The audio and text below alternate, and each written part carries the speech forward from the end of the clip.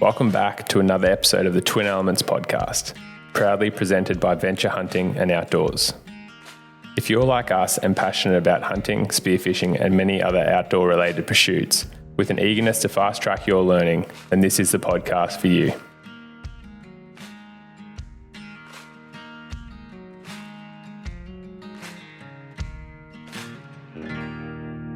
Hey legends, and welcome back to another episode of the Twin Elements podcast. You are joined today by Ayden and James Doumtsis, so we're back together.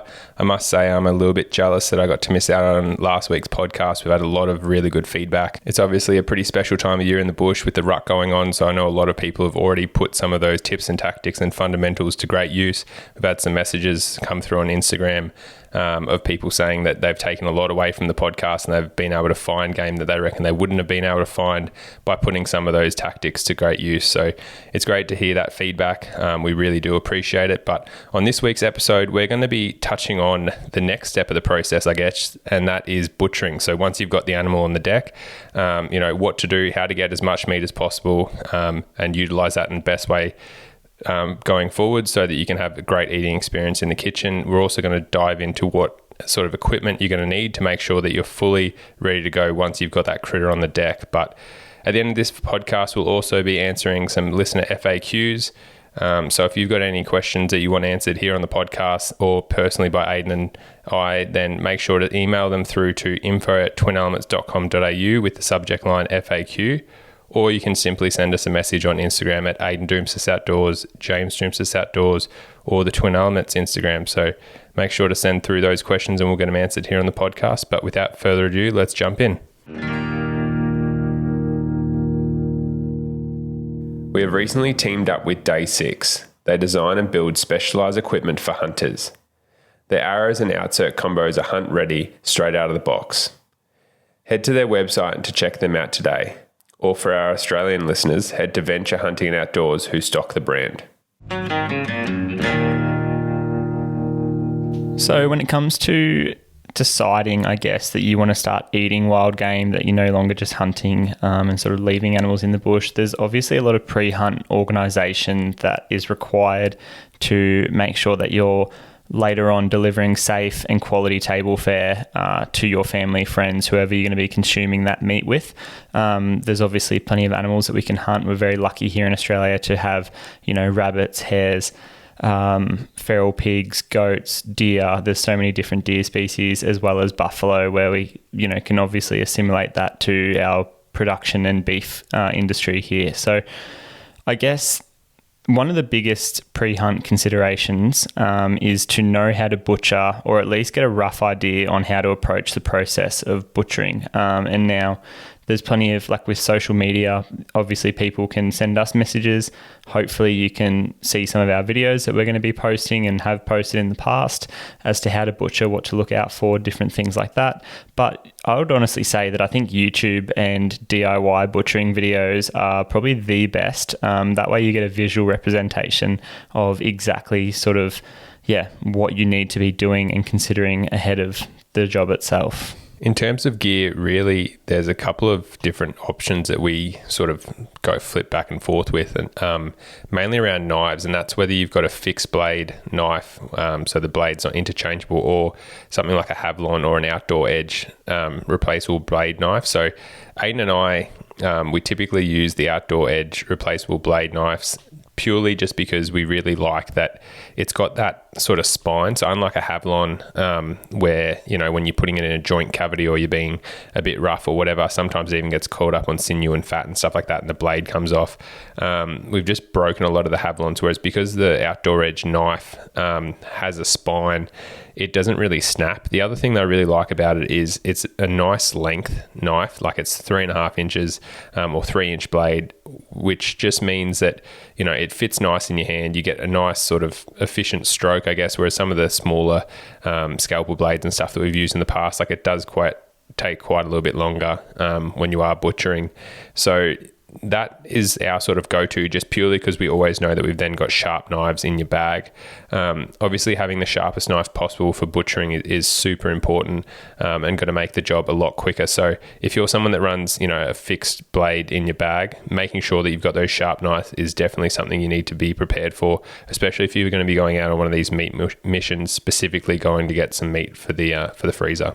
I guess the next thing to consider also is just always having, suitable, breathable game bags. And as we've discussed on previous podcast topics when we were discussing sort of gear guides and things like that, we like to assemble a little bit of a kill kit. We have for the last probably year or so now been running the Agali game bags. We just simply like them because they're quite good sizes. They've got medium, small, large. They're very breathable. And then they've got some good cord where you can actually wrap it around a branch. And once you've got like a leg or something hanging in there, it just allows for that leg and that meat to cool down in a nice, dry, temperate sort of environment as well. So another thing that we like to have in our meat kits, as well as like obviously the knives, as James mentioned, is a small foldable like saw, something like that, something that just fits in your hand. And some of those even have replaceable blades, just for cutting through ribs and bone, and it allows you to get that much more of the meat and cuts. And if you are going on one of these meat missions, I guess, then the biggest thing obviously is having a plan on how you're actually going to get this meat home. So whether you've got like a Yeti filled with ice and that's where you're going to be storing your meat and taking that home, whether you've got a refrigeration set up or even a cool room, it's just important to have all this stuff planned out so that, when you do get the critter on the deck, especially if it's like a sort of allocated, like a meat hunt, I guess, whether it be with a bow or a rifle, or, just something to think about, because there's nothing worse than, this rut, you shoot a red stag or whatever, like there is a lot of meat on that, and just having like a 35 litre Yeti or something like that you normally just have your cans of beer in or whatever at the beach, like that's going to fit one back leg in it, for example. And if you haven't got ice in it, that you sort of stuff. So making sure that you've got this whole system, like all your gear ready to go, and what you're going to do with that meat once you've got that critter on the deck is something you definitely need to have planned out before you sort of hit the hills. So because there's nothing worse trying to organize something after the fact, especially if it's an afternoon hunt and you're walking out late, there's nothing worse than just having all the meat like sort of sitting there, and then you're left at midnight, for example, going, okay, well, am I just going to hang it for the night, or where's some refrigeration? Like, do I want to put it in? Do I want to take all the meat out? All the food out from my car fridge and put all the meat in? Like, it's stuff that you need to have lined up and ready to go before you actually hit the hills. I guess one thing worth mentioning is even communication with your mates. Like, as hunters, we're often in a very good community in terms of there's always people wanting meat. There's always people happy to share in your success. And, if there's a set of antlers to go with the meat that you've acquired from this rut or raw, there'll be a mate that wants to just come over and help you break down that animal and, get the bones out of the meat, or break certain things into cuts and help you cryovac it, as we're going to talk about in a second. But I just, for example, the other day managed to shoot a couple of hinds with a good mate of mine, shot these chital deer for meat. And to be honest, things got pretty, we were just making the most of the situation up in Townsville. I've just recently moved there again, so I didn't actually have, the facilities to do it properly, but we made do, and we used my mate's office for a day just to hang the deer, and basically the aircon was pumping pretty cool, and that meat turned out beautiful, really nice and tender, and just allowing it to hang and some of that blood to continue dripping out of the meat, as well as just sit there in a nice cool environment and cool down properly before we chucked it straight in the freezer and cryovac'd it and all that type of stuff. Just made that finished product a little bit better. And then obviously, as you get more adept with, doing this butchering process, and you're finding more success, and your family starts to like the meat and things like that, it does go from just having, your normal fridge where you come back from a hunt, as James was saying, you're trying to move food out to put deer meat in or whatever. It does change to, you'll start having these conversations with your partner, or if you're at home by yourself or whatever, you'll start looking at, vertical spare fridges just to hang meat that you can turn on before a trip, turn off after a trip if you're unsuccessful. And then you'll go to like a bigger cool room, and then you'll go to the mate's cool room that can hang 6 whole deer in there and things like this. And it really does become a bit of a lifestyle once you realize how much meat there is and how great of a protein source this wild game can be. The next step is actually, before I guess jumping back from Ayden's podcast last week, is deciding like when to pull the trigger and on what animal. Like in some ways, I'm just as picky with a trophy animal as I am with my meat animals, in the sense that, you want to pick an animal that obviously looks healthy. It's not skinny.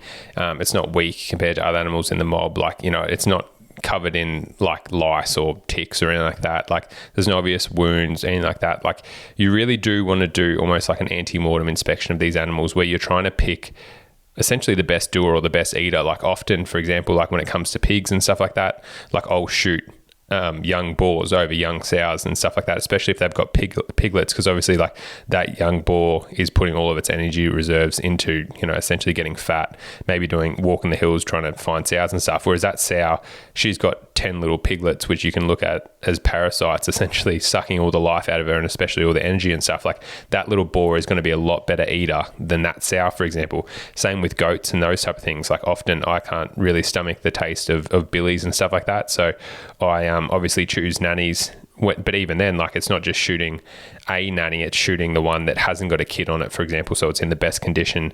Not to say that, we eat meat off everything that we shoot. So like, if we're, except for maybe like a rank old boar or something like that, that's way past its prime. But like if we're shooting fallow bucks or red stags and stuff, like, we take all the meat off them. And then the biggest thing about that is then what you actually do with the processing and how you actually cook it.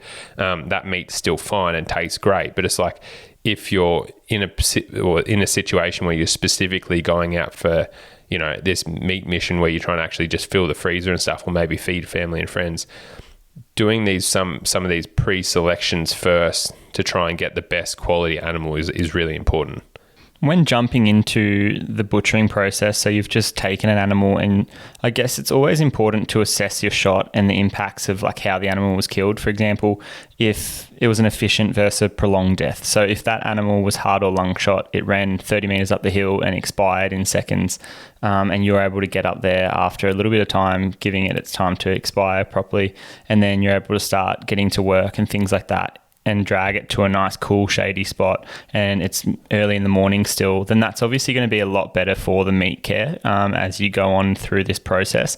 Comparing that to if it's a prolonged death, for example, where, hunting, unfortunately, very realistically, we do unfortunately have, circumstances where things don't go right all the time. So if we do shoot something, say, a little bit far back, and we do go through the liver or the guts or something like that in the abdomen, there is a chance of meat contamination, as well as that animal running a little bit further than we would have liked, a little bit of a delayed, tracking job. So that animal and the urgency of having to, butcher it is going to be a lot more intense than an animal that, as I said earlier, in that first instance, drops dead in 30 meters, and you're able to start butchering it in the cool of morning in the shade, for example, straight away.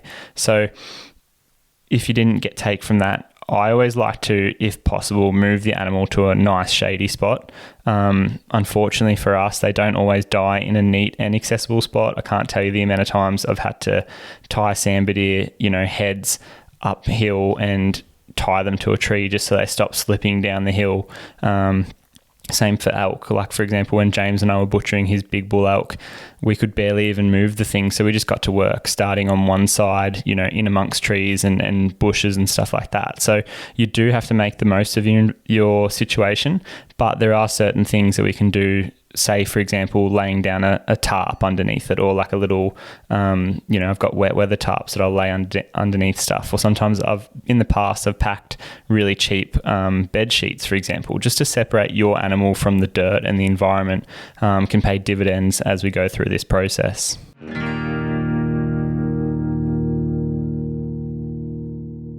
Cayuga broadheads are engineered for success and built by experience. These are the broadheads we trust for all of our bow hunts. Whether it's buffalo and bangtang bulls in Australia's Northern Territory or chital deer along the basalt wall, we have ultimate confidence in their range. I'm currently loving the 150 grain Zots. Regardless of your preferred broadhead, quality and performance is guaranteed across the range. If you would like to try them today or shoot them already and want to restock, head to their website and use code TWIN10. That's TWIN10 10 numerically at checkout for 10% off your next order. You will not be disappointed.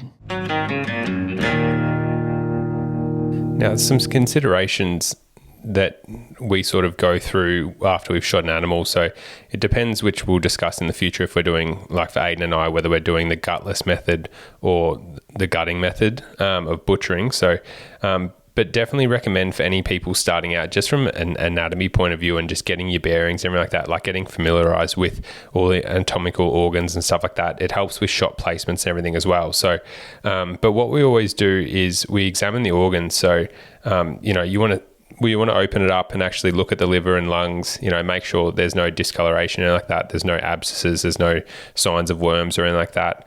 And just have a complete thorough look of all the intestinal organs and everything like that. Just make sure everything looks sort of what you'd expect. And it's sort of hard when this might be the first animal that you've ever opened up, for example.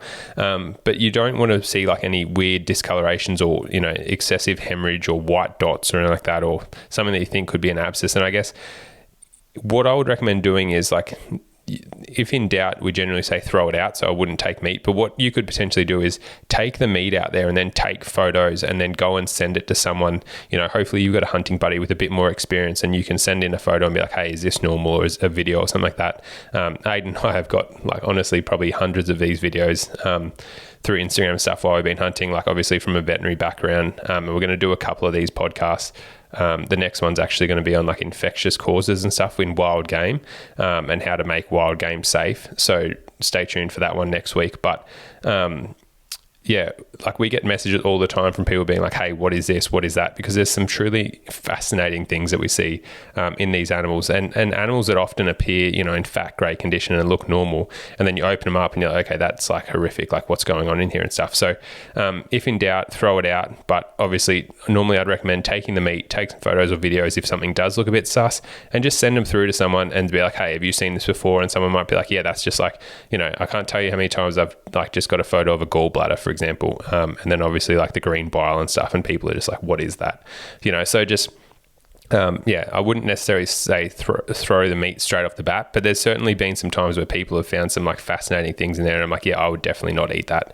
And I'd say I'm probably a bit less cautious than most on what animals and wild game stuff I would eat. But yeah, if you're in doubt, throw it out and go and find a new one, because it's not worth your potential health or potential life, I guess, in some situations, and obviously that of your friends and family. When butchering animals, there's obviously certain organs and things like that are going to contribute a lot more mess, and then associated with that is bacteria, and that's often where we get that contamination, which can introduce just meat spoilage and things like that, and unpleasant taste, which is probably on the more less serious end of things, whereas they can also associate with diseases, as we're going to talk about next week. But you just want to be super careful when messing even with blood. Blood is obviously a medium for bacteria. You also want to avoid things like the urinary tract, so reflecting the bladder when if you are gutting an animal, being really careful not to pierce the guts and things like that. So we'll talk about gutting deer in a second, or animals in general in a second, and the benefits to gutting an animal. But you just want to make sure that every little incision that you're doing, and then all the cuts and flows with your knife, is super controlled and handled. One, for safety, so you're not cutting yourself. But two, just because if you do contaminate and then that gets on the meat, it just makes the whole process so much more difficult, and the end result of your meat that you get back home, it really does, you can notice it. It makes a big difference just in the eating quality. Same, I guess, goes with females that are lactating. You want to just avoid things like the milk when processing these animals, as well as, when you're removing the rectum and the anus and things like that. You want to make sure that it's basically what I call the poo tube. If you've done it, you want to go in quite cleanly with your knife, go around the anus and be able to pull that back when you're gutting the animal and remove all those guts in one clean flow. Same goes for the esophagus and the trachea or the windpipe as well, because all of these sources are basically from the front to the back of the animal connected. And you've just got to think of that as like grass comes in the front, exits as feces at the back. But in that whole process, there's all this fermentation, bacteria, gut microbes, like all that type of stuff that are essentially not great for us or the meat. So you want to get that out as cleanly as possible. Yeah, we always got described as essentially like we're large donuts, really. So there's a hole, like what Ayden was saying, in the mouth, there's a hole at our anus. And like our body spends a fair bit of time and energy establishing that gut barrier or gut to body barrier, essentially, trying to prevent, like there's obviously a lot of good bacteria that live in our guts and have in our intestines, everything like that, have really important functions. But these bacteria, given the right circumstances, and are quite opportunistic, and obviously can then colonize the meat and then also obviously spoil it, but also get you quite sick. So just being really, really careful, especially with that gut cavity, but also urine and milk, like what Ayden was saying, is really important for obviously meat quality, but just like overall human health. So make sure that whenever you're doing anything to do with the guts, you're really careful. And it's not to say that like if I do a quartering away shot, for example, or a quartering on shot, and I go through the guts, that the rib eyes are completely spoiled and everything like that. But I'll definitely be like washing them when I get back to camp and stuff like that, and making them as clean as possible, and then like cooking them really well, because like any like there's so many factors which we'll get to in next week's podcast, but around meat science and meat quality, but then also meat safety and stuff like that. So making sure that you're as clean as possible, and that includes like wearing gloves, obviously, to prevent you don't realize there's billions of bacteria on your skin, in your hands and stuff like that. So you touching the meat physically is actually introducing, because like if you think about a deer's thigh or a goat's thigh or whatever like that, like the muscle in there, there's actually at zero bacteria and stuff. So like often when people just like take a little bit of raw meat and eat it, and everyone's like, oh, that's savage and stuff, it's like you're probably less likely to get sick from that meat than you are like licking your hand at that point, because there's no, like in theory, if that animal's like perfectly healthy and stuff and there's no abscess there, then really there should be no bacteria in that meat other than what you're about to introduce. So, wearing gloves is obviously important for not introducing infections to the meat, but it's also really important for if you've got little cuts and stuff on your hand, or little like ulcers or whatever, burns, anything like that, you can actually get infections from, milk, urine, and especially blood, from certain types of bacteria in animals. So obviously with we talk about with wild pork, especially like brucellosis and stuff like that. Like we've had a couple of good friends that have actually contracted it, and it affects you a lot. Like it's really quite bad. But also things like lepto as well, which you mainly get through urine and stuff like that. There's a lot of other like salmonellas, E. coli and stuff that mainly are through like the GIT cavity and stuff, like if you're penetrating the guts and everything like that. But yeah, there's plenty of opportunistic infections too, that like if it's just like the wrong set of circumstances where you've got like a bit of gut cavity or whatever that gets into a cut, that can quite easily fester, especially like given the right environment. So just trying to be as clean as possible. And obviously like if you're not going to carry gloves, make sure like as soon as you finish, you go and wash your hands somewhere as thoroughly as you can. But like some of the people that I actually know that have got like brucellosis and stuff, it's actually been from them not washing their hands, and they didn't take any meat. They actually just cut out a set of jaws and stuff like that, and then ate a muesli bar afterwards, and they reckon that's how they got it. So just being super clean, super careful when you are doing this butchering stuff, and making sure that you're not going to essentially inoculate yourself with some sort of disease that's then going to cause you to get quite sick. Now, I hear you guys asking, we've obviously mentioned it a couple of times on this podcast, we've referred to gutting versus the gutless method of butchering. And these are probably just the two simplest ways of sort of differing as to how to get your meat out of the bush.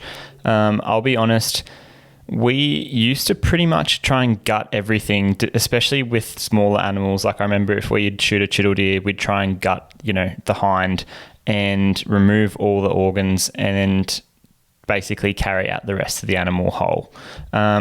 This is just how we were taught and how it was done going on, 20 years. We've been bow hunting for a long time now. We learned from our father, and I dare say he learnt from, whether it was his grandparents or things like this. Like it's almost people, I think, when they grew up on the farm, it was that whole aspect of, take everything, leave nothing, like waste nothing, leave nothing on the mountains. So I think as time has gone on, we've adapted and gone, why do we spend so much time gutting an animal, physically removing the gastrointestinal tract from like the abdomen, when we're not actually taking a lot of that in, like, you know, our Western society? We're a first world country here in Australia. We don't eat, most of us in general, I'm generalizing here, but most of us don't eat, you know, the stomach contents, for example. Like a few of us will selectively take, you know, the liver, if we want to do liver capsules and things like that, and obviously enjoy those metabolic like benefits. Some of us will take the heart, like it's probably my favorite cut. You know, I've heard of people taking the kidneys and other things like that. But again, these are probably the more extreme versions. Again, I think it's great that people want to utilize the animals, but for 99% of, you know, hunters out there, we're not eating the guts or the GIT tract. So I think there's been a shift, especially in the last 5 to 10 years, of people converting more to what we are calling the gutless method, which is essentially where, as the animal falls and lays on the ground, we get to work.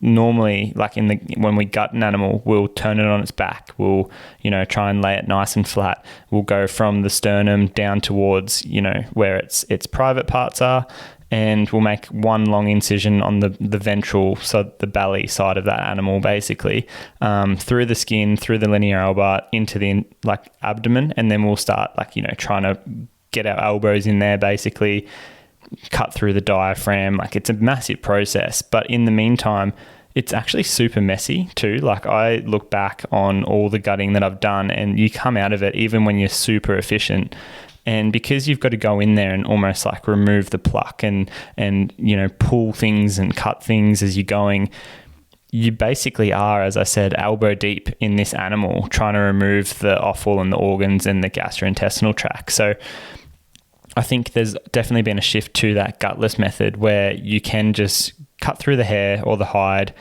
as cleanly as possible, reflect it, and then if you know what you're doing in very few cuts, you can really quickly remove the bulk of the meat without ever touching what we've talked about for the last half an hour as, you know, like the nasty stuff, the stuff where the bacteria is lurking, I guess.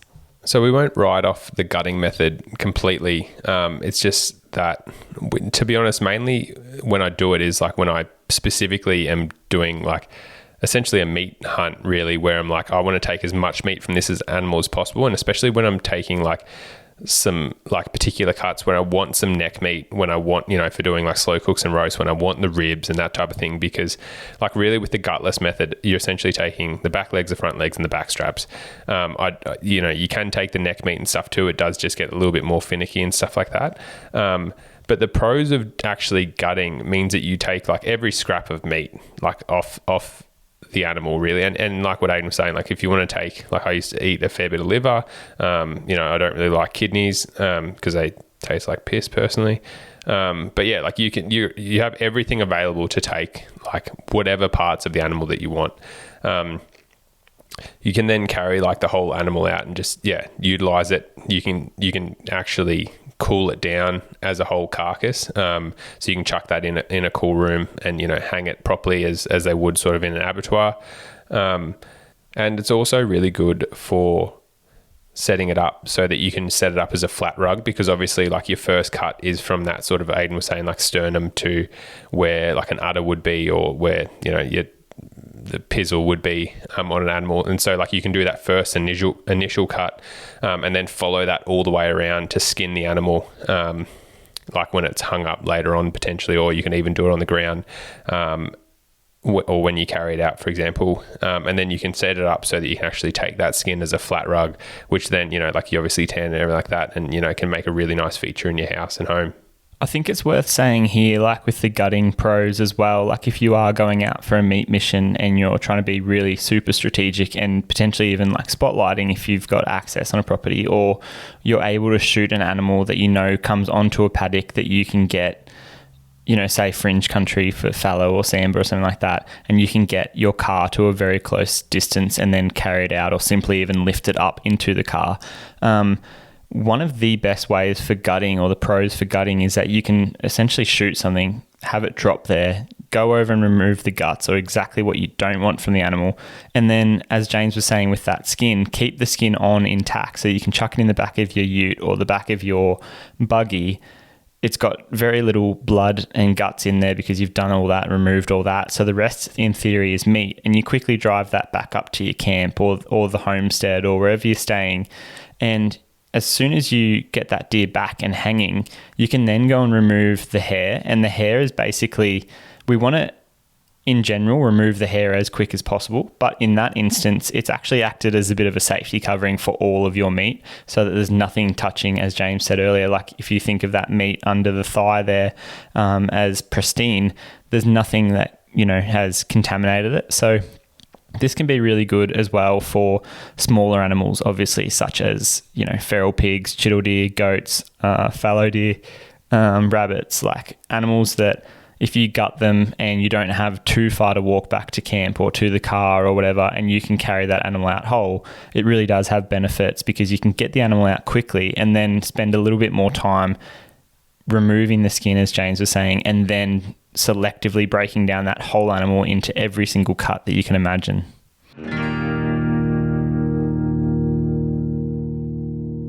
Whether you're making your way up a scree cliff or hiking a distant trail, you want to be confident in the boots that you wear. And for Ayden and I, that means Lower. We've been running the Lower Ranger GTX3s for over 5 years now, and we've never even had a blister. We've teamed up with the Lower team to extend their generosity to you to get you a unique 10% off code by using the code TWINELEMENTS10 at checkout to get 10% off your next order. We know you're going to love them.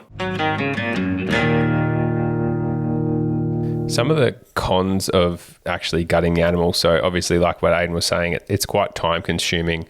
Like in a lot of ways, I think in the same amount of time that I can gut an animal properly, remove sort of the rectum area, go all the way up, to where the esophagus and the trachea start at the base of the throat, and like remove all that. I can probably have all the quarters, like the 4 quarters off and the back straps removed. And in that, you're probably getting 75% of the meat. So really like the main meat that you're missing out on is probably the neck meat and the ribs.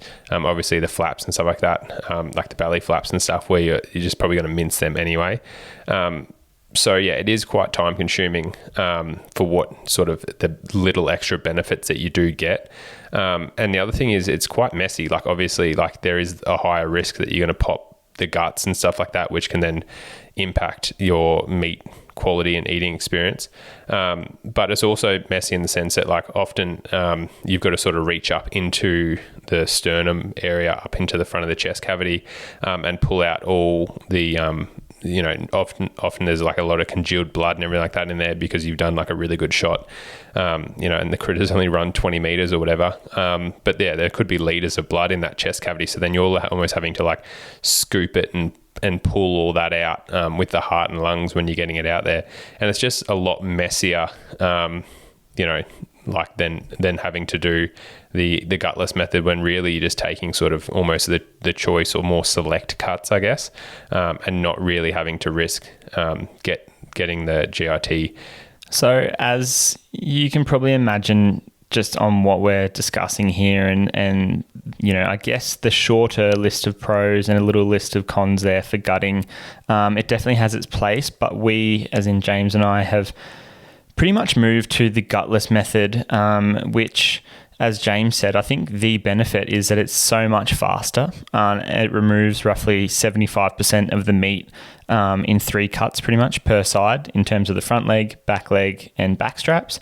If you want to add to that and simply take the neck, then it's, again, you just continue your incision from the back strap up to the top of the back of the head, and then I won't even remove the whole neck as in go through the vertebrae. I'll just slice the sides of the meat and you can get, again, it's like a 90% yield without any bone, again, because when I consider the gutless method, and one of the biggest pros is that it's so easy to do on large animals. So, for example, I started doing this a lot more when I was hunting sambar deer, buffalo, larger animals where there's no way you're going to gut a buffalo and be able to carry it. it out of the bush.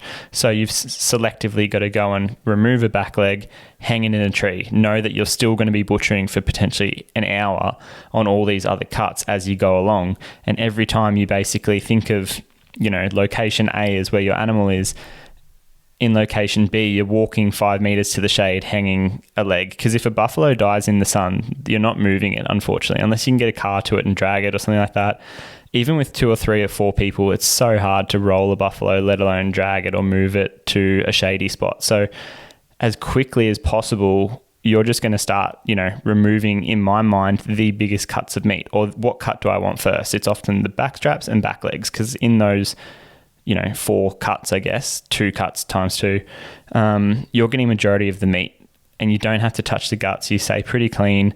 So I guess when you start the gutless method as well, it's pretty much however the animal falls. Like if a bull elk falls on the side of a hill and its right hand shoulder is on up high and it's caught by its antler on a tree or something like that, you can literally leave it in place, tie it there in place if you need, and just start removing the front leg on that exposed left hand side, the neck on that left hand side, the back strap on the left and right, probably, I'd imagine. And then the other thing, as you're going and removing meat, you're making that larger animal, say a buffalo, a lot more movable. So as you go and remove the front shoulder, the back strap, the neck, the back leg on that side, suddenly from, a 300-400 kilo animal, you can now actually roll it because it's lost a bit of meat, and those legs aren't going to stick out and fight you and combat you when you try and roll it. So then you roll it, and because you haven't exposed any guts or anything like that, you haven't done any gutting, everything stays nice within the abdominal cavity, and there's very little contamination. There might be a bit of blood lying around or a little bit of loose skin and things that are flapping, but most of your meat on that offside or that underside has been preserved by the hide. And then you just go again and reflect that, and then you go and take those choice cuts of meat. So it really is an amazing method, and again, why we've converted, because it just is super effective.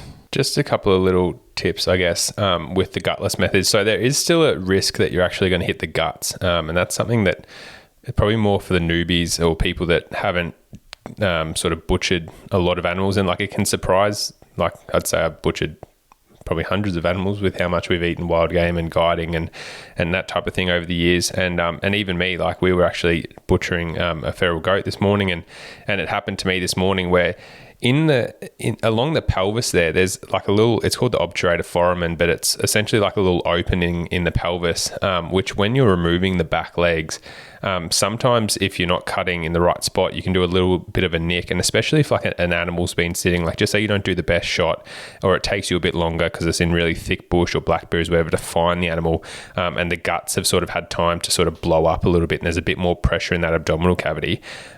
When you actually sometimes the intestines especially can pop through this little hole.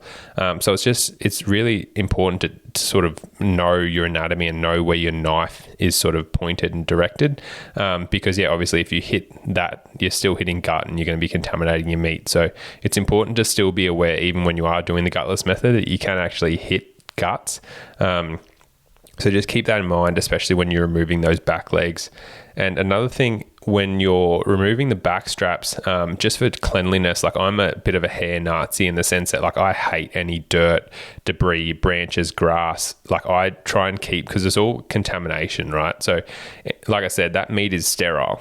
Whatever we're introducing, whether it be from our hands or the environment, is going to make that meat sour potentially. So when I'm actually removing the back straps and stuff like that, so I generally speaking remove a back leg first, and then what I'll actually do is I'll continue that cut up whatever back leg it is, either the left or the right, and I'll continue that cut off the side of the back strap all the way up to the back of the scapula, and then I'll actually do a big flap and remove that section of skin in one go. Because what I see people do often is they actually cut up along the spine, and obviously even if you have the best knife handling skills and everything like that, and you do it in one big cut and you cut from the skin out through the hair, so you're not cutting a lot of hair follicles, inevitably you do cut some hair follicles. even if you're the best person in the world. So what I try and do is, especially if I'm not going to be taking the ribs and stuff like that, I actually do my cut like along the side of the ribs. Like if you imagine like the animal's on the side, almost like just say an inch off the edge of the outer edge of the back strap, and then I'll do the same cut like along the top of the pins, and then along the top of the back edge of the scapula and stuff. But then I'll reflect the big skin flap over completely so as to not essentially inoculate my back straps with hair. And I mean, like, you are going to be removing the silver skin, so you do have a little bit of grace here, I guess, and a little bit of movement in the sense of like not getting sort of hair on your back straps and stuff. But I just, like, for me personally, like I said, I'm a hair Nazi. I hate debris on any of my meat. Like I just hate it. And so I've sort of developed or learnt this method, I guess, because I kept getting pissed off when I was coming home, and you dive into your meat bag and you pull out the back straps and had like little bits of hair on them and stuff like that. And it's like, how could I do this better? So, and it just made sense. Like, you're still gonna have to do the same amount of cuts. Like, why not just do it so that it prevents actually getting hair on your back straps rather than just like sort of, doing it the traditional way, I guess. So you've heard us talk there about plenty of benefits of the gutless method. It is worth mentioning, that there are a few, not necessarily negatives, but there are considerations to the gutless method. As you've probably imagined here, as you're cutting not random bits of skin and reflecting it and then removing a section, but say you remove that forelimb and then you remove that back strap on that same side, you're effectively exposing the rib cage. So you've got to make a conscious decision there and then. Do I want this section of meat before I roll it or before I go to the next area? Because as soon as the difference, I guess, there in the gutless method compared to the gutting method is that with the gutted animal, as soon as you remove those guts and things, you've got a slit on the belly and that's about it. The rest of the animal is still covered in hide. It's not going to get as dirty as such from the outside, whereas your concern with gutting is the dirt on the inside. So you've got to think with gutless, dirt, hair, as James has said, grass matter, or leaves. I can't tell you how much, like leaves and anything dry around the animal just love to cling to any exposed meat. So you're using, as James said perfectly before, you've got this amazing clean product under the hair. And then as soon as you start removing that hair to remove the meats and the cuts and then hang it, you essentially want to be chucking that straight into a game bag. So I would say it does require a lot of, prior organization, making sure that, again, you've got a tarp that you can lay all your meat down on, that you've got a clean area that you can put game bags down. And then, as you're cutting stuff, if you've got a mate there, they can be putting things in dry bags and hanging them. If you've got big animals that you're going to be sitting there for the next half an hour butchering. So I think when it comes to the main cons of the gutless method, it's that it can add debris, dirt, and hair and all that type of stuff if your butchering process isn't efficient and it's a bit unorganized. So you do definitely develop like, if I hold the leg here, or if I remove the back leg first and then go up to the back strap and then the forelimb, it's better than if I go the other way around, or if I do one back leg and then flip it and go to the other back leg. You'll find your own sort of formula, I guess. And the last negative, I guess, for the gutless method is that you don't actually get the tenderloin. So for me, that's not like a huge, like often the animals that I'm shooting are pretty small. Like in something like a red stag, I'll, because it's so large and stuff like that, or a buffalo or something like that, like I'll generally actually open it up. I won't gut the animal per se. I'll sort of more pull them to the side and actually get the tenderloins out. But if I'm shooting like a little nanny goat or a fallow doe or like a small boar or something like that, when it's going to be, like only maybe an inch across and like 5 or 6 inches long, for me, it's just not even worth like the effort to go in there and actually get it personally. Like, so that is one negative, that you don't just have that easily accessible. But I just think it's one of these effort for reward things. So I don't typically go in there. I know a lot of friends that do, like every time. I'm just not that much of a steak guy. So I guess for me, it's not a huge loss if I'm not going in there and getting like a tiny little scrap of meat, even if it is the most tender on the animal.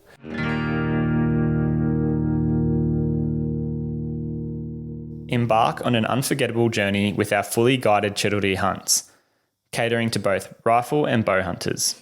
Spotted Safaris is conducted in the heart of the Basalt Wall region, North Queensland, Australia. We specialise in catering to all experience and fitness levels of our clients, providing trophy stag chiddle hunts as well as beginner focus adventures and meat hunts. With over 15 years bow hunting chiddle deer Our guides know these animals and the grounds they hunt like the back of their hands. With chances at a mature basalt boar as a bycatch and some spectacular wildlife viewing, there really is something for everyone at Spotted Safaris. Inquire today by emailing spottedsafaris@hotmail.com or simply send them a DM on their socials.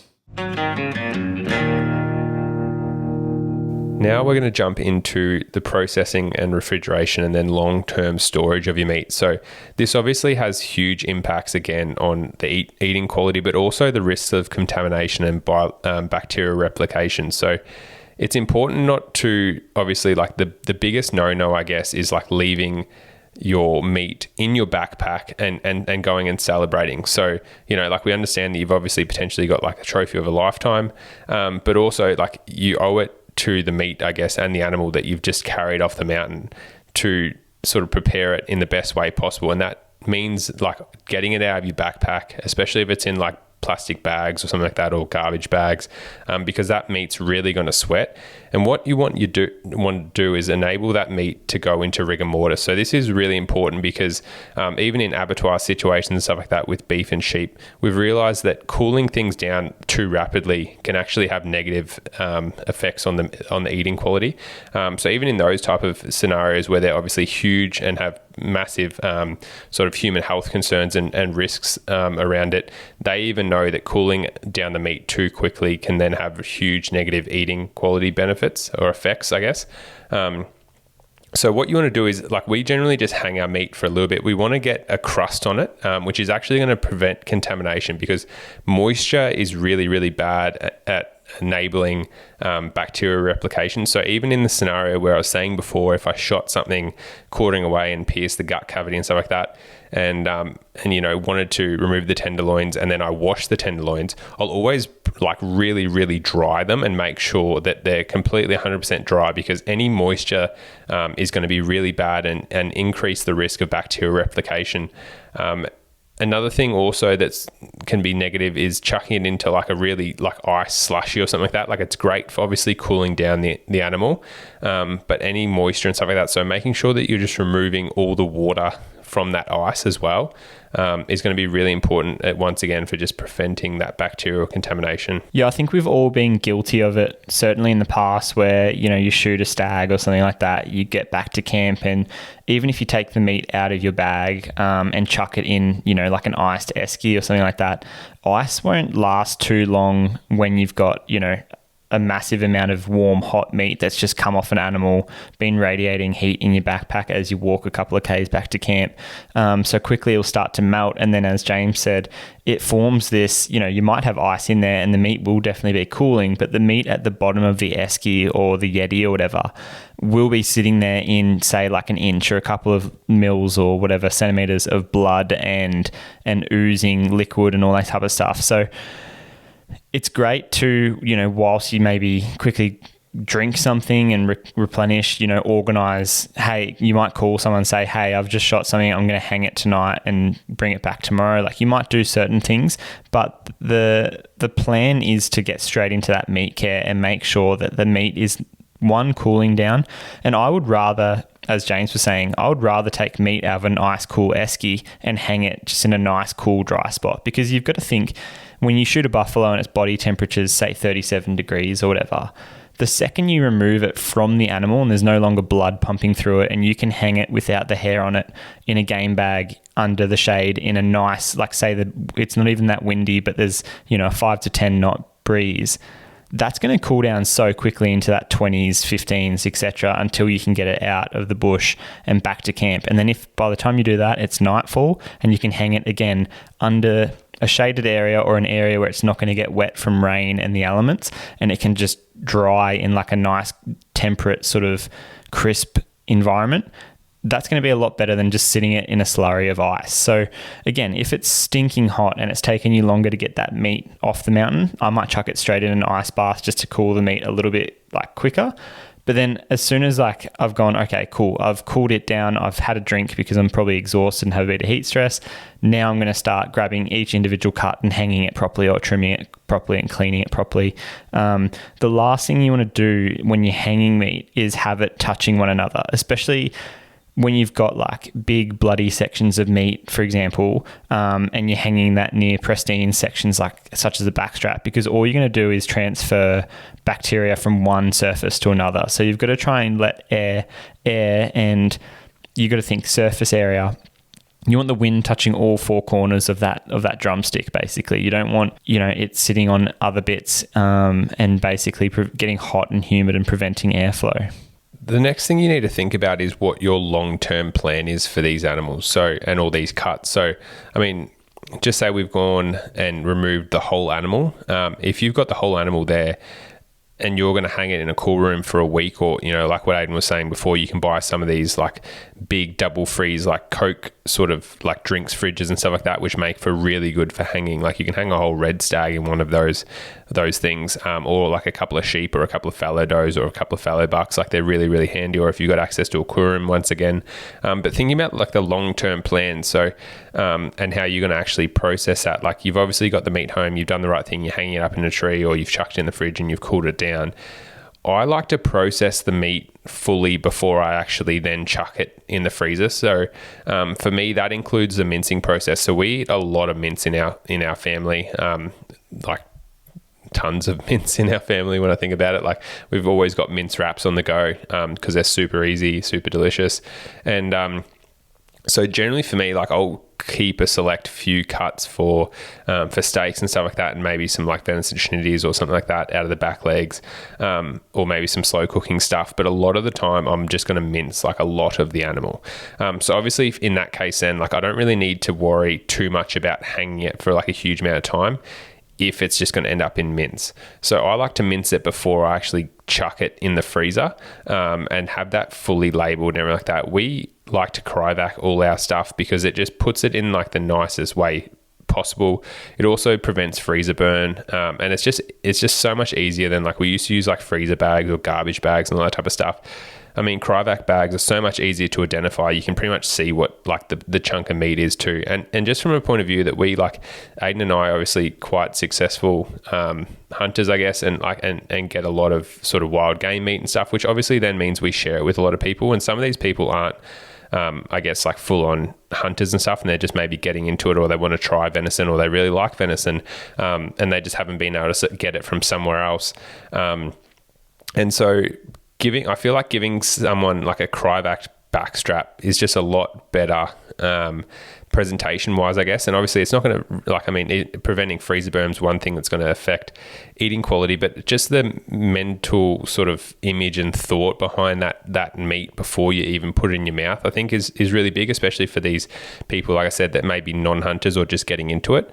And so yeah, like giving someone a cryovac chunk of even just mince is so much better than giving them like something that's just like in a freezer bag, I guess. And like cryovacing, like it's so easy, and it doesn't really cost that much. It's not that much more time, and just for I think the benefit in eating quality, but also just every part of sort of the chain, I guess, going through, I think it's definitely worth cryovacing your meat. But that's just our personal take on it, I guess. When it comes to cryovacing, there are a few considerations that I will definitely encourage people to go ahead and try and implement as well. You can definitely cryovac things, chuck it in a 500 gram portion and throw it in the freezer, or you can spend an extra 30 seconds and make sure that you've done really good labeling. Things that I'll include are like Chiddle deer stag, the date, what cut of meat it is. So it might say sirloin or backstrap or blah, blah, blah, things like this. What I have shifted away from is using Sharpies and permanent markers and actually using color-coded stickers.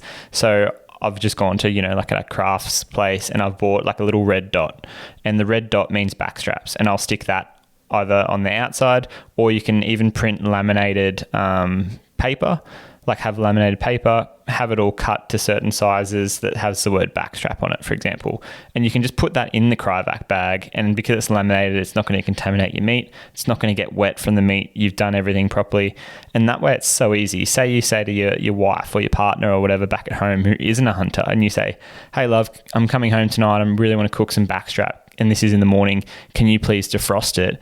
Oh, which one's the backstrap? Rather than going in there and pulling out a bit of neck meat, and then you come home trying to cook a steak and they've taken out neck meat because it looks the exact same to them as, every other poorly labeled bag of meat in the freezer, at least with good labeling, anyone can see it. You know exactly what it is. You know when it was shot. You try and eat your older stuff before your newer stuff. It's just really essential. And that goes the same as like storing things, making sure that they're preserved in the correct portion sizes. So if you're someone that has, you're looking after yourself and your partner, there's no point putting a Red Stag backstrap in one Cryovac bag. Like, great if you want to be doing backstrap for the whole family or 10 people, just say, and having a few steaks and a bit of veggies and a salad and things. But if it's just, 2 of you and you want one meal, it's like have a, 6-inch portion of the backstrap and remove the silver side so that as soon as you defrost it, it's ready to go that evening. The same goes for mince. Like, I actually store my mince in like 500 gram batches, 1 kilo and 2 kilo batches. Like 2 kilos if I'm doing a massive taco thing, as James was saying earlier, and I'm cooking, savory mince for the week of meal prepping. 500 grams if I'm making burgers for that night. All these type of variations. And when it comes to cryovacking mince, especially those bigger cuts, if you're doing like a whole leg muscle for like a schnitzel, or a whole leg muscle that you're later on going to go and cube or cut up or something like that, I'll still try and cube things, as James was saying, the first time round, so that I know when I go and defrost it, it's cubed, it's ready to go, it's clean. I just have to cook it, because there's always things going on later. I try and be as best prepared earlier. And if I'm giving it to someone, I'd rather them have, inch by inch cubed meat rather than a whole cut that they're like, oh, I don't know what to do with this. But what I was going to say is I like to cryovac my mince bags, not in circles, not in round, bags and chuck them in a freezer bag so that it's a big round ball of mince. When I cryovac things, I try and make it as flat packed as possible, just because the more surface area you have when you're trying to defrost things later on, the quicker it's going to actually thaw evenly. So you're not going to be cooking things and it's going to be all watery because you've got ice in the middle of this big ball of mince.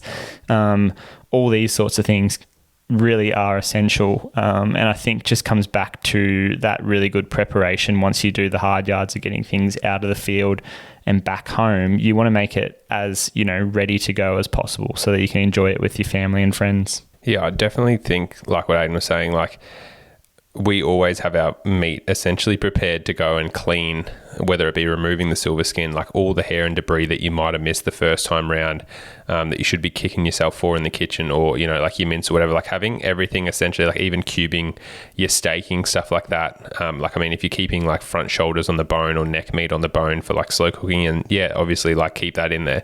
But like if you've just got like a heap of random chunks of meat that you've like decided to keep, for dice sort of slow cooking and stuff, then yeah, like we dice it before, because then it's one less thing you got to do. Like you've got like a full dirty kitchen at this point, so you may as well just like have everything prepped and ready to go, because then really at that point all you're doing is like, if you're doing a slow cook, you're pulling that diced meat out, you might be rolling it in some corn flour or something like that before you brown it off to chuck it in the slow cook or whatever, but everything's ready to go. And I think it's also important, like the next thing is like if you are giving this meat away, like obviously a lot of us just consume it, but hopefully a lot of us are sharing it too with family and friends, but also potentially non-hunters and stuff like that, trying to make the meat look as good as possible, and hence like not giving someone, I've had people like tell me like, oh, we had some backstrap and stuff, and then they were saying that like the person had given it to them with the silver skin on, and so they obviously didn't know they needed to remove it, and they've like eaten that, and they're like, oh, it was like the worst thing I've ever eaten.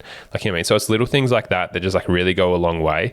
And I think another thing to be a consideration, like if you are giving someone that's maybe not like a full-time hunter and stuff like that, and it's the first time they're trying wild game, maybe just give them like a bit of a recipe too. Like I can't think of how many times like people have cooked sort of venison backstrap. Like it's probably the thing that I share the most with people, because they like it's pretty easy to do, but it's also like extremely easy to stuff up, and even like goat and that type of thing, like like just saying to people like, okay, look, this is what I'm giving you, this is goat, sort of not offcuts but diced up bits of goat and stuff like that. This is going to be really good as a slow cook or a curry, and this is like the recipe. You like send them a recipe. And same with like venison backstrap, for example. It's like, okay, venison is super lean. You can see that there is not a single drop of fat on this thing, right? So if you overcook it, it is going to be tough like a leather boot.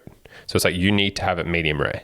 And it's like, if you don't like medium rare steak, then this is probably not like, you need to almost like do your, like, it's hard because you're giving someone meat, but you almost need to do like a full on like search and investigation into like how they're anticipating that they're going to cook it, because the last thing you want to do is like set yourself up to look like a jerk, because you've actually given them like the best cut of meat, being the backstrap or the tenderloin or whatever. They've scorched the absolute shit out of it, and then which then obviously results in them having a terrible eating experience, and they're going to think that you've like given them some crap bit of meat or something like that, or that the animal was, like it wasn't like a good one to take or whatever. Like they're going to come up with some excuse in their brain being like, oh, Trevor bloody set me up here to fail. But the real thing is like they just cooked it poorly.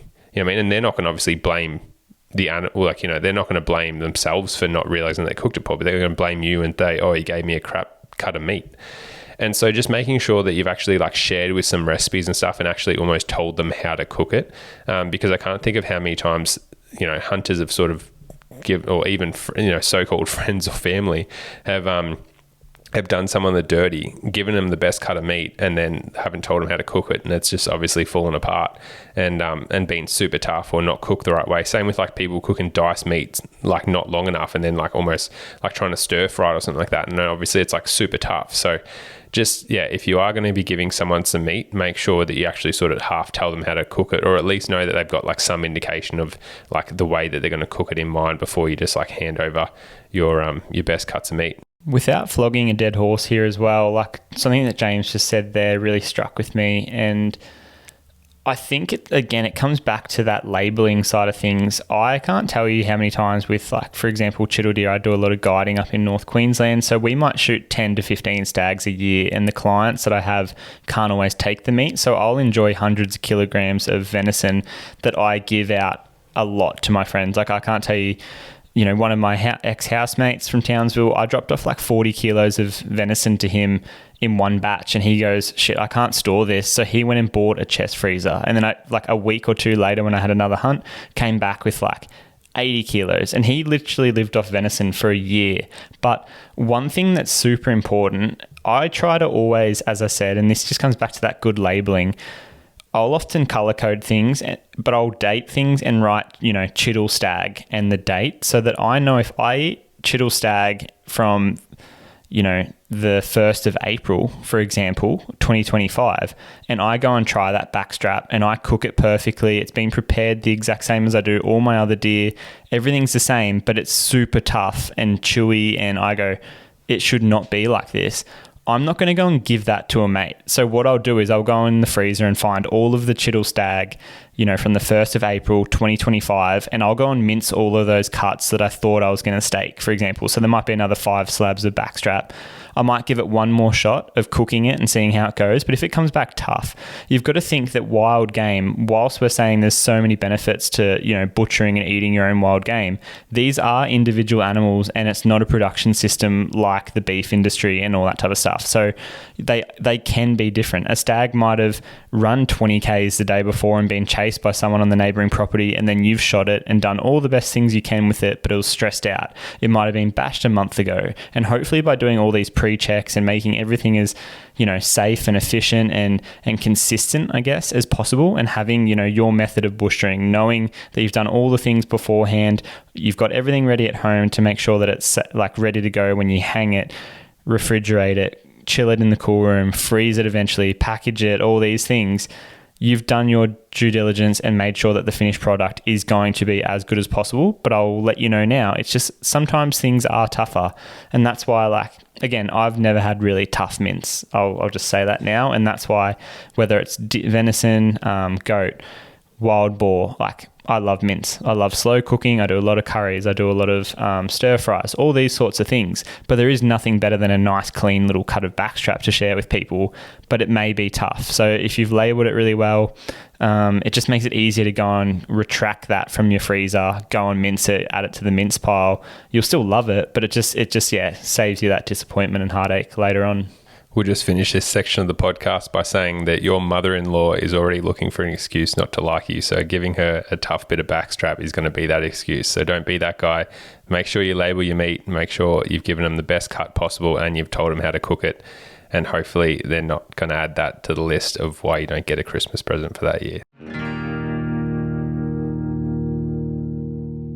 If you've ever thought of overseas travel and hunting in the United States, then listen up. Whether it be an annual trip or a once-in-a-lifetime adventure, Hunting Full and the consultancy team will cater for your needs.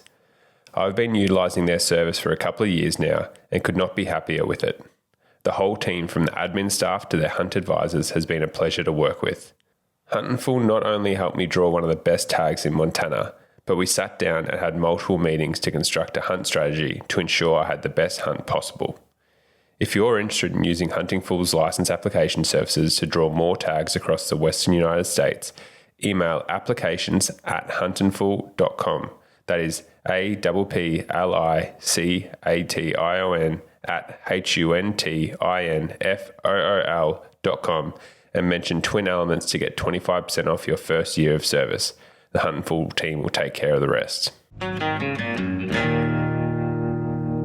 We're now going to jump into some FAQs. So if you have a question that you'd like us to answer on the podcast, or a question that you'd just like Ayden or I to answer, personally, it doesn't have to necessarily feature if you let us know, please email that through to info@twinelements.com.au, or you can send us a message on Instagram at Twin Elements account, or Ayden Doumtsis or James Doumtsis Outdoors account, and we will answer those questions and also feature them on the podcast if you'd like us to. So this week's question, one of them was sent in by Luke Sandry. So I've had a lot of chats with Luke.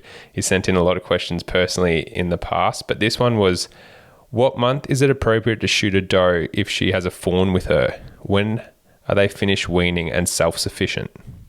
Yeah, so this question I'll answer in two sort of sections. There's, I guess, the time that the later time in terms of the longer interval where does will really truly get sick of their fawns and naturally wean them at the latest, and that's coinciding with when they've got to sort of kick them off to really they're pregnant by this stage with a new fawn, going into potentially spring and summer where things are going to get a bit trying, maybe even winter, for example, and there might be diminished resources around. They're trying to wean that fawn so that they're no longer in a poor body condition, because lactating and just having the stress of a fawn around is obviously going to impact them. So I would say naturally in nature, at around 7 months of age, that's probably that June, July period, knowing that most of our does, if they're bred in April, when we assume that they're going to have the peak rut coinciding with that shortened day length, they have a gestation of 7 months, and then those fawns will stick around with the does for around 7 months in nature. But also understanding that many, deer farmers and producers want to shorten this cycle, and fawns in reality can actually be weaned at 3 to 4 months. I'm sure many of us have seen it when hunting the rut. So, say our fawn's born on December 1st, you've got, by the time it's January 1st, Feb, March, April, it's about 4 months old. I've seen plenty of fawns that by this stage are eating grass. They're not even with the doe. The doe's getting chased around by the buck. They're part of the mob, but they're not necessarily dependent on that doe anymore. So I would be super comfortable shooting a doe in April during the rut. If I'm out there trying to, I've only got a certain limited amount of days to hunt for the year, and I can't get it done on a buck, or I'm really targeting a mature buck and I'm letting all those younger bucks walk through because I want to improve my buck to doe ratio, I've got no concerns with shooting a doe. Obviously, you want to still be doing head checks. And if you walk down a game trail and a doe and a fawn walk up over the ridge over towards you, and you go, oh, this fawn is obviously smaller than everything else I've seen for the rut, I'm not going to shoot that doe. If I need meat, then I definitely will try and shoot both, or I'll shoot the fawn first and then try and shoot the doe or something like that. There are definitely different considerations for different circumstances. But if I notice that a fawn is obviously smaller than what I think it needs to be weaned, then I'll leave it. But hopefully that answers your question a little bit there, Luke. I'm not sure if James wants to touch on it here. It's definitely a very variable sort of, it depends on everyone's ethics and all these type of things. Yeah, I'd just add, I think, so with that fawn, it's the same with all ruminants and stuff like that. So that fawn from, a week old would actually be eating, at that point, its diet is obviously predominantly mother's milk. So it's going to be it's going to be drinking a lot of milk from a week old. But it is also important to note that from even that super young age, it will actually be eating grass. So essentially the thing is, it then obviously comes down to the ethics. It's like, you could probably shoot a fawn's mother, that was 2 months old, right? And that animal will be able to transition and survive, but will it be able to thrive? Well, probably not. And will it be able to like become a big, mature doe? Yes, it will, but it will take time, and it'll probably become like a late doe and stuff like that. We've talked about these things on previous podcasts. So it's like, there's so many important factors, and that's why it's not really a black and white answer in terms of like, from this age onwards. But it's like, if you're shooting does during the rut and those fawns are, 3 to 4 months old, well, at that stage, it's going to be drinking milk, but it's going to be like a very small proportion of its actual like intake and stuff like that. And so like it would easily, like, yes, it's going to have like more of a rush transition, I guess, from having like a little bit of milk and mainly green pasture and stuff to full only just pasture and sort of fibrous feed, more than it would naturally. Like obviously if it was still drinking off mum and then, mainly getting fiber and stuff like that. But it's like that animal will be fine. So like I wouldn't, during the rut at the moment like that, I wouldn't definitely be passing up does, especially like obviously like what Ayden was saying, like if she's a doe that maybe had a fawn later, for example, like if she got bred just say in June the year before and she ended up dropping a fawn, in sort of like that Jan-Feb period or whatever, like, it wasn't only the other day that I saw a fawn that had like I saw a doe with a fawn that was like smaller than a Labrador, for example, in which case she was super late. And for like managing my herd and stuff, like, yeah, I did want to shoot her and stuff, but then obviously you got the ethics of like that fawn at that stage is very much dependent on her mum. And so like if you shoot the doe, you're essentially setting that fawn up where it's like, yes, it may be able to wean, but it may also just predominantly starve and die. So like I obviously opted not to shoot her.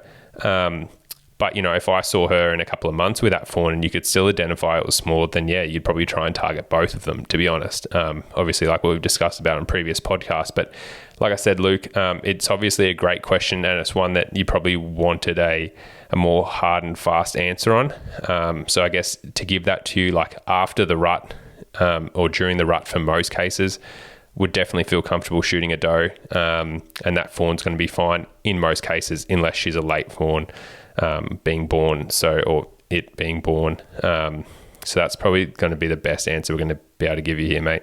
I think, yeah, just to summarize that, because we did touch on a fair few factors there, but if you were to shoot does between June, July, and then even if you limited it at October, November, understanding that you're shooting most likely, like it's very rare for deer to not be pregnant, like they just breed and reproduce. That's pretty much why they're there. They eat, sleep, repeat, and reproduce. So as long as you're comfortable shooting does that have weaned fawns and then pregnant, like it's this age-old debate of when do you shoot things, and that's why a lot of people just shoot stags and males, because, they're out there looking after themselves and there's one deer and that's, you've got no repercussions. Whereas, again, at the end of the day, as long as you're doing things as best as possible, I don't think you're going to have any, argument from any of us. The next question comes in from Grant Stepien, and Grant writes to us, "We have been chasing a nice fallow buck since early Feb, getting ready for the rut. We have him patterned pretty well on trail cams. My question is it too late to get the chainsaw out and cut a couple of shooting lanes? Will this cause him to leave completely, in your opinion? I'm hoping to get this one with my son, so a stalk will be quite hard with two of us moving, noting that he is 9 years of age." I will just add to this that this question came in probably a month ago when we actually initially answered it, but just due to the sheer amount of questions that we got. So this was sort of probably closer to back in mid-March, just for consideration. I guess for me, I'm going to answer this question as if, so we're actually recording this podcast in the 1st of April. So I'm going to answer it, Grant, if that's all right, as if you've patterned a buck essentially for the last month, just say, and he's been going to a scrape, because I think that's going to be probably the most likely scenario. But I mean, you could also put this scenario into like you've patterned him and he's going to a dam, or you pattern this scenario and he's walking through a particular game trail at a particular time of day. And so for me, I would say what I would do in this scenario, whether you patterned him, like assuming, I'm going to say it's going to be on a scrape. So he's going to this scrape, he's going there every day and stuff like that, just say in the mornings. I would definitely go in there in the middle of the day firstly, just because that's going to be like the lowest impact. Even if you like, that's when they sort of, I guess, like in my mind, that's when they almost like they see farmers and that type of thing, like they expect to see people. Like they don't, if you're going to say, oh, when are they going to have the most interactions with people, it's probably more the farmers and people fencing or, mustering and stuff like that, which is normally going to be in the middle of the day and not at like the crack of dawn when you're actually going to be out there hunting them and stuff. So, I would be going in there in the middle of the day when most things are going to be bedded. Even if you're pushing him off his scrape accidentally, I don't think it's going to be a huge deal. And for me, like, yeah, you could use a handsaw if you were like super sensitive and stuff like that about noise and you didn't, like it was a small block or something like that and you didn't want to like if you were super, super risk adverse. But if this was me, I would be getting in there in the middle of the day with a chainsaw and I'd be cutting whatever lanes you wanted. And this, like, I'm a bow hunter, so I'm going to say, I don't know if you're bow or rifle, but I'm going to say that even if you were cutting up a tree like 25 to 30 meters off his scrape, if it's his main scrape that you've patterned him to, like, yeah, he might be pissed off that day, but I don't think he's going to like, I'd be pretty surprised like that if he changed and went somewhere else, like he's there and set up his main scrape for a reason. And like, if he is a really good buck, like he's mainly probably set that main scrape up on a spot that's probably been, used for years and years as main scrapes by previous bucks before him. So, I mean, even if he did piss off, he's probably going to be replaced by another pretty handy buck. But yeah, I don't think like, it's pretty interesting, like how sort of, I guess like if you do things time and time again, like if you're in there every day with a chainsaw cutting firewood and stuff, like then maybe that, but like going in there once, clearing a couple of lanes, it might literally take like 15 minutes, like move sort of the brush into like a pretty discreet sort of situation and stuff. Like obviously don't put the branch onto his scrape or whatever. I think we sometimes like underemphasize sometimes the impacts that we cause on animals, but then overemphasize it in other ways. And I think in this circumstance, I think you'd be pretty right to get in there in the middle of the day, cut a couple of branches down, even potentially clear them away or use them to set up a blind for your son. And like, honestly, I don't think it'll make much of an impact. And I think definitely bucks too. They're probably the most forgiving of them all, especially when it comes to this time of year, like during the rut, they're definitely honed in on those girls. So yeah, if you are clearing a few lanes around a scrape and stuff like that, I think you'll be fine. Yeah. See, this one's an interesting topic because I personally would go about it like pretty similarly, but I wouldn't be personally going in there in April and doing that. I'd be hunting it and making the most of my situation. If I happen to hunt it and he's not there, I would be with the handsaw, just removing any branches while he's not there, hoping that it's going to rain and reduce, obviously our scent and things like that. Because I, on the contrary to what James says, do think that these big bucks, especially the older animals, are a bit more switched on to the point where they are more receptive to human influence. And especially you might be solely focusing on the buck, but if you're in there with a chainsaw disrupting the does, they might be like, yeah, no, I'm not that keen. Again, if it was Feb, March and you've got a month before they start rutting, that's obviously enough time for him to come back and refamiliarize if it is a one-off event. But purely because it is now April, I would be looking to do the least invasive method possible. So that's where I would be, Again, if you're using a chainsaw to cut shooting lanes, it's like, how big is your shooting lane need to be? Personally, I'd actually rather a little bit of cover to get in there, and I'd rather just go along a game trail and snip every single branch with a sort of handsaw or secateurs and make my approach quieter so that I can get into 20 meters and not be seen, and then have a smaller shooting lane rather than going, need a chainsaw to really get in there and make it super open or anything like that. I just think a chainsaw is going to be a little bit excessive, to be honest. But again, if it's the benefit of getting in there, cutting 10 branches in 5 minutes and then getting out, who's to say that might be better than being in there cutting 50 branches with a handsaw and spreading your scent around for an hour. So there's no right or wrong answer for this sort of question. And a lot of these questions, it's just experience. And that's where, you just live and learn with all these sort of things. Like, as we've found, there's no right or wrong to the previous question, and then there's no right or wrong to this question. But obviously, we hope that the young fella comes along and obviously has a bit of a shooting lane to have a look and see Dad hopefully nail this beautiful buck. But yeah, it'll be interesting. It's one of those things that unless you do or don't do something, you won't actually know and be able to experience it for next time. So got to love the variability of hunting.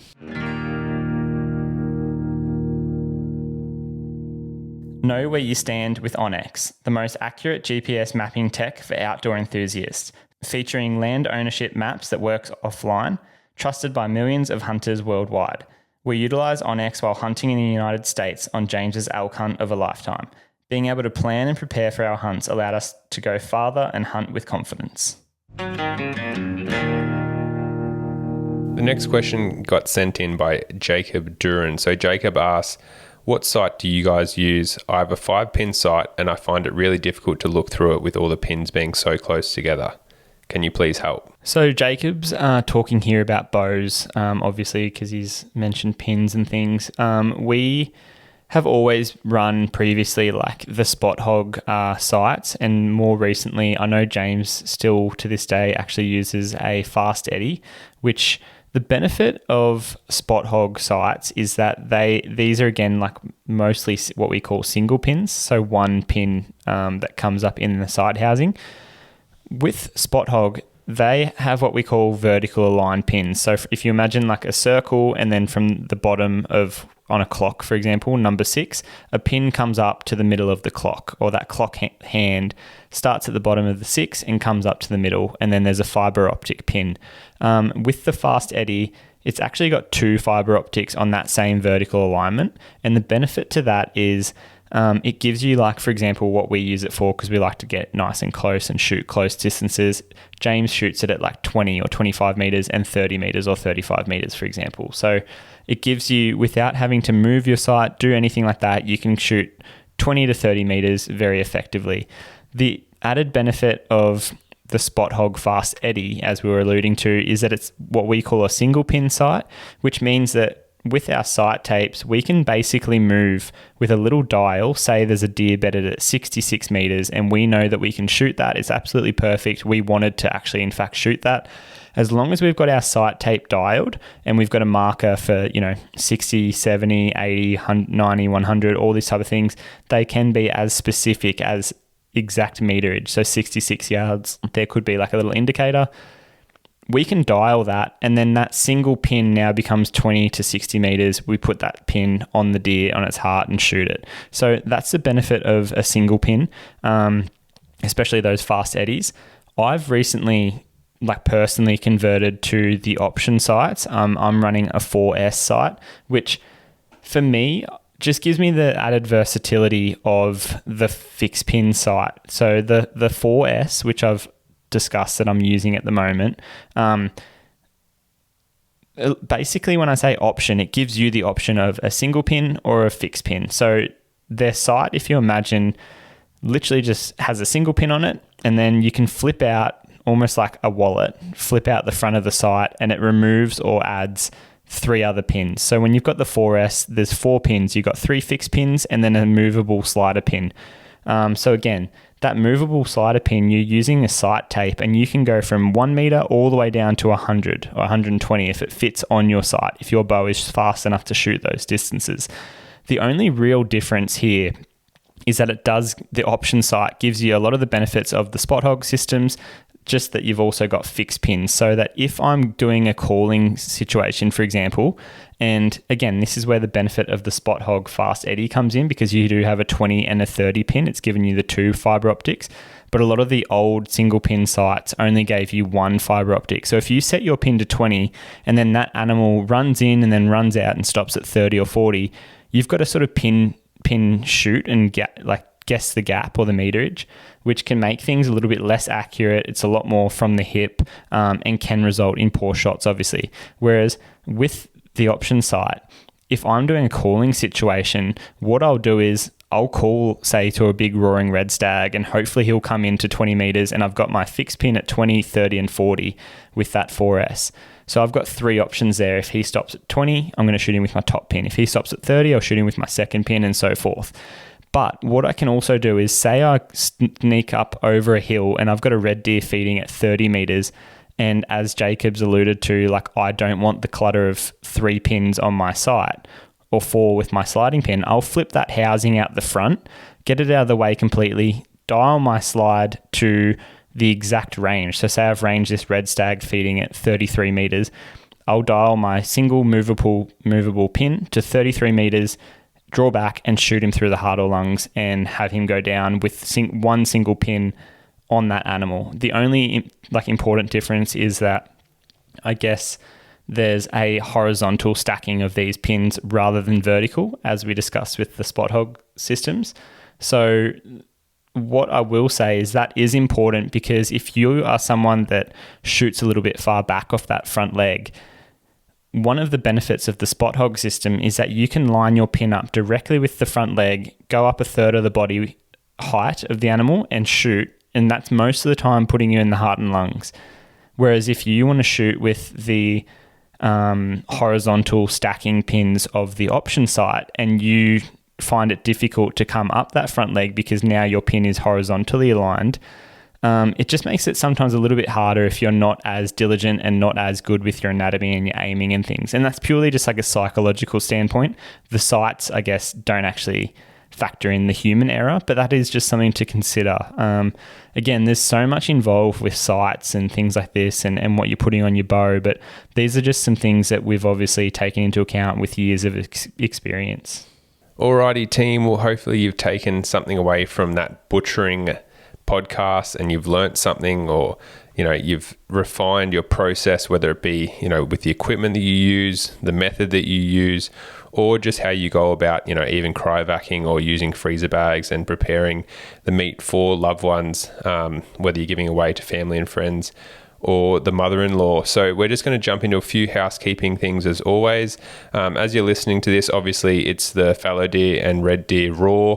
The rut is happening in full swing, so hopefully you guys are listening to this on the way out to a hunt. We will be dropping podcasts every week during this period, so we've pre-recorded a couple here now that you guys can be listening to. Ayden and I will be mainly chasing reds, but also a couple of fallow. So stay tuned for some YouTube content on that in the future. But we're also going to be dropping some semi-live hunt podcasts where we'll, be out in the field and do some recordings of our hunts while we're out there in hunting camp that we'll bring to you as sort of bonus episodes, I guess, where we'll share our experiences, things that we've learned, hopefully a bit of success. And, share, essentially bring you guys along for the story and as if you were in hunting camp with us. So stay tuned for those in coming weeks. And hopefully we'll be able to tell you about all the critters that we've got amongst. Alrighty, if you've missed it, we launched our 20k YouTube subscriber giveaway a couple of weeks ago now, and it's in full swing. Thank you very much to everyone who's already entered. We've been loving reading through the comments and seeing all the amazing hunts that people want to go on. There's some over in Europe and all these countries in the Middle East for ibex and things like that. There's so many coming in for, what we've got here in Australia: roaring red stags, croaking fallow bucks, buffalo and bangtang hunts, as well as a ton of stuff over in the US from grizzly bears, moose and elk. So the diversity of these hunts that you guys are sending in that you guys want to do is absolutely amazing. It's really cool seeing as well of all the people that you want to go and share these hunts with. We're getting heaps of people saying, like my old man who got me into hunting, and we can obviously resonate with that. So I will say that this giveaway that we're doing is our biggest as of yet. It's something that we're going to hopefully just keep building on. But as of right now, you can win thousands of dollars worth of prizes from some of the most generous brands who support us. We're giving away a pair of brand new lower boots, the Lower Ranger GTX 3s, which James and I have been running now for years and years. As we just touched on in that FAQ, I've been shooting the Option 4S sight, and we're giving away one of those from Option Archery.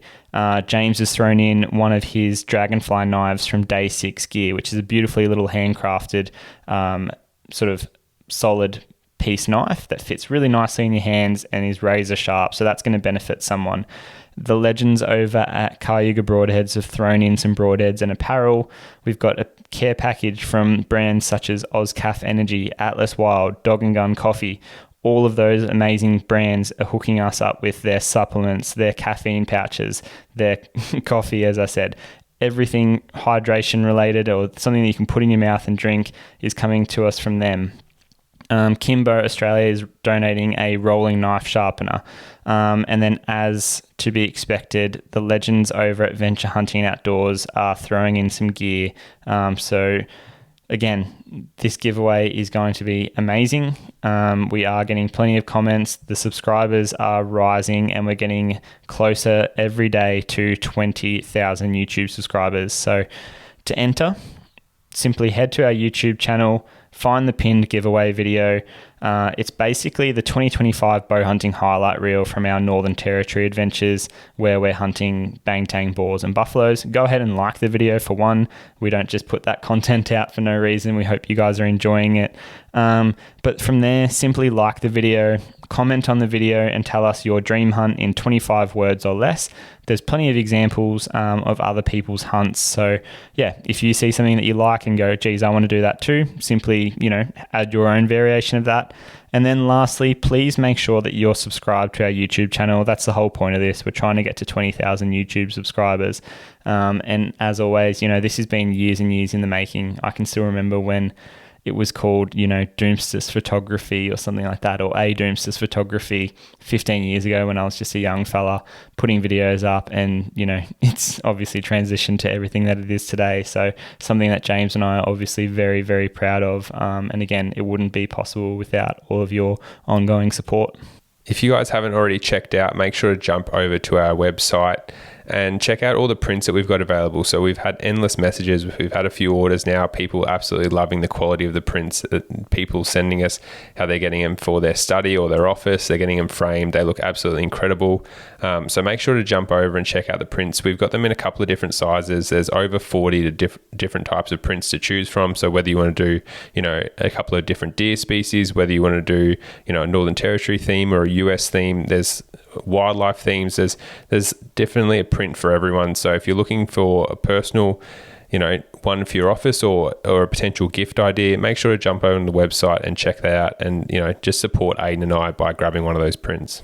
The last thing from me, please continue to subscribe, review and rate this podcast. James and I are putting plenty of work in, doing lots of collating from all of our experience over the years to try and bring you guys the topics that we think are going to be most relevant to you as we sort of build on this. We figured that obviously last week's podcast after the shot was a good one to bring in, with people hopefully having a bit more success over the coming weeks. And then obviously this butchering one is, flowing on from that. And then spoiler alert, next week we will be doing diseases in wild pigs and deer. So we're going to be jumping into basically risk prevention and how freezing and cooking methods can largely make our meat safe. We're going to debunk a lot of myths about all this wild game. There certainly are risks, but I think there's a stigma attached to wild game that's probably not fair, not representative of just how good it can be if you do, take considerations to remove those risks. So again, we appreciate the support we're getting on this podcast and how quickly it's becoming, one of your favorite platforms, across the social media banner that is Twin Elements. We're getting our knowledge out to you guys through this, and we're finding it really, one, immersive, but also like the engagement through the FAQs and stuff. Like I can't tell you how many messages we're getting each day from keen hunters and keen outdoor enthusiasts saying, hey, I listened to your podcast and thank you so much for that after the shot one, because I came to think of it about this and that happened. And, I'm now eating wild game meat, hopefully, because you guys gave me a little bit of a pep talk as to it's not that bad and scary. You just got to get more experience with it and take the right precautions. So again, that's all from me. Thank you guys so much. We're really keen to keep going with this podcast and looking forward to seeing you all next week. Thanks, legends, and we'll talk to you soon on the Twin Elements podcast.